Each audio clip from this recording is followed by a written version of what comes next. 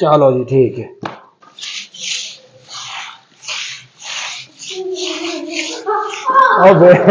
सिर्फ ईमान है ते साढ़े नबी पाक सल्लम दा हुक्म है कि सफाई चाहे घर दी होए चाहे जिस्मानी।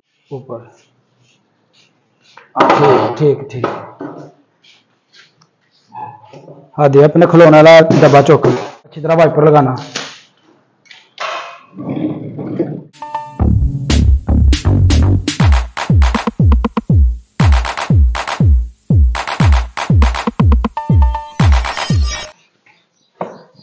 पता लग जाए जी हादी साहब कौन जल्दी सफाई करता। ठीक है वो सिर्फ करन दिया जी हादी सफाई ते इधर करन दिया मैं सफाई। रात के ਜਿਹੜੇ ना तूफान ने ते आंधी ने जनाब बड़ा ही अपना घट्टा मिट्टी गर्दो गुबार ਜਿਹੜੇ ना वो जनाब घर दे विच जमा कर दी थी ते अज असीं दोवें जनाब करन दे सफाई। हाजी साहब देखो पिछे जनाब तुसीं सारा कुछ छड्डदे जाण दे। ए देखो ए जनाब सफाई थोड़ी है।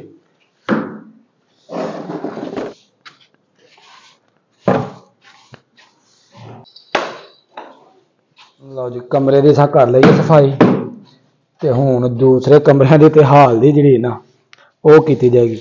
हाजी साहब मास्क क्यों पा लिया जी? अच्छा जी तो फिर पुत्र तूफान आया ही तो तूफान दे नाल डस्ट ते आनी सी। तो या अल्लाह तो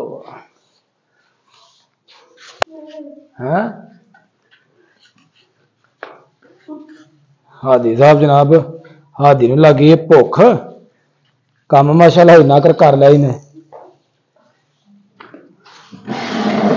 हादी साहब सोफा साइड ते करो। चलो जी ठीक है कर ला पहला अपना सफाई कर ला फिर खा लिया। पानी भी जरा ना फर्श में भी लगाना है तो सिर्फ घट्टा साफ होने डा शहजादिया। सफाई करना जरा जनाब सफाई निसफ ईमान है ते साढ़े नबी पाक सल्लम दा हुक्म है कि सफाई चाहे घर दी होए चाहे जिस्मानी होए यह निसफ ईमान है। तो मर्दां वास्ते जिहड़ा है ना कोई जरूरी नहीं कि उन्होंने काम करना उन्होंने इज्जत दे विच घट है। मर्द भी घर दे काम करन बाहर दे भी काम करन सारे काम करन क्योंकि साढ़े नबी पाक सल्लम ने खुद यह काम जिहड़े ने अपने हत्थां दे नाल कीते ने ते लिहाजा इस काम दे विच कोई आड़ नहीं कि जनाब असीं करन दे ते साडी बड़ी बेइज्जती होनी। ऐसा कुछ भी नहीं। घर दे काम घर दे नाल हत्थ बटाना जिहड़ा ना यह नबी पाक सल्लम दी सुन्नत है। चलो जनाब जल्दी करो।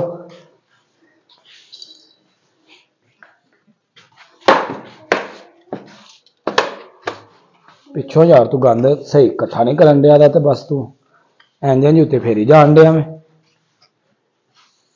हाँ जी हादी साहब जल्दी कर लो ये पानी की बारी पुत्र आनी है। ठीक ठीक ठीक। हाँ दे अपने खिलौने वाला डब्बा चुक चल चल चल चल शाबाश। लो जी वेख लो कितना नेरी ते तूफान का गंद जिहड़ा ना ए जमा होया जी। हादी पकड़ो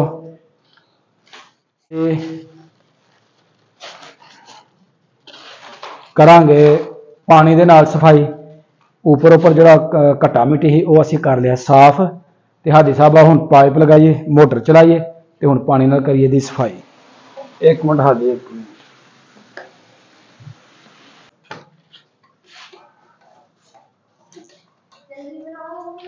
एक मिनट हादी 4 रुपये अंदर खाना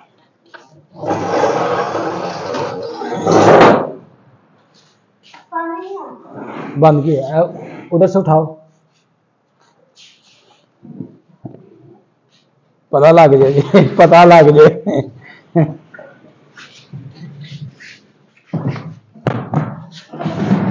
चल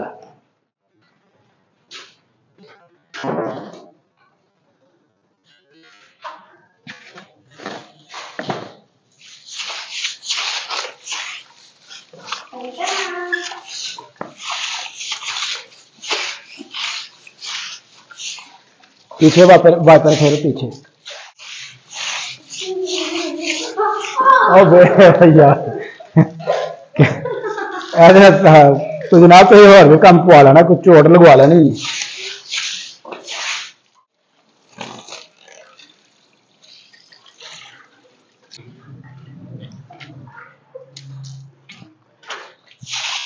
अभी बात कर ले क्या इधर।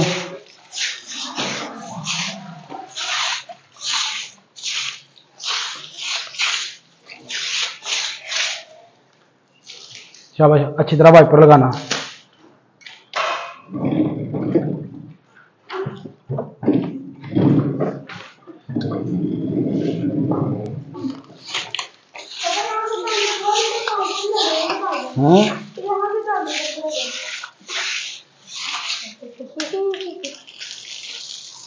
चलो करो।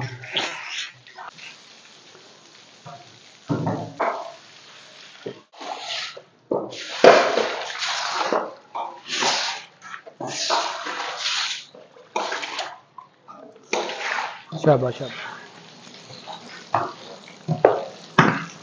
बस बस बस अंदर चले जाना।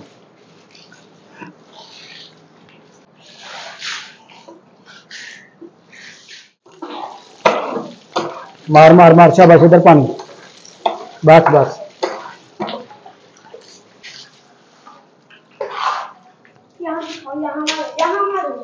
यार वेपर के साथ